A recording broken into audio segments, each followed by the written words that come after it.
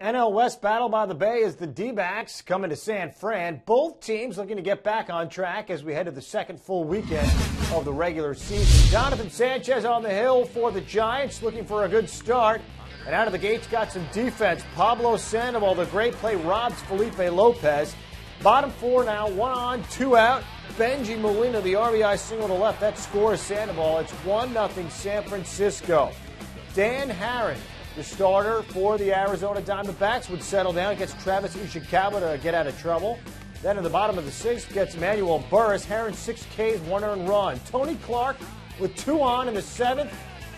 And Randy Winn to the rescue right there, makes a great play. Brian Wilson has not had a save yet. Looked good here. Gets Mark Reynolds to swing in the eighth. Then Scott Schoenweith in the bottom of the eighth. And look at this, Andres Torres. His first home run. And that is out to center field. It pads the lead. It's 2-0 San Francisco, and that's exactly where we would finish up. Wilson gets his first save of the season. Sanchez, a nice performance, 6 2/3, 2 hits, no earned runs. He's 1-1. Dan Haren, another tough luck loss. He's 0-3, but struck out 6 in 6 innings. Felipe Lopez and Fred Lewis each had 2 hits. Both teams are 3-7.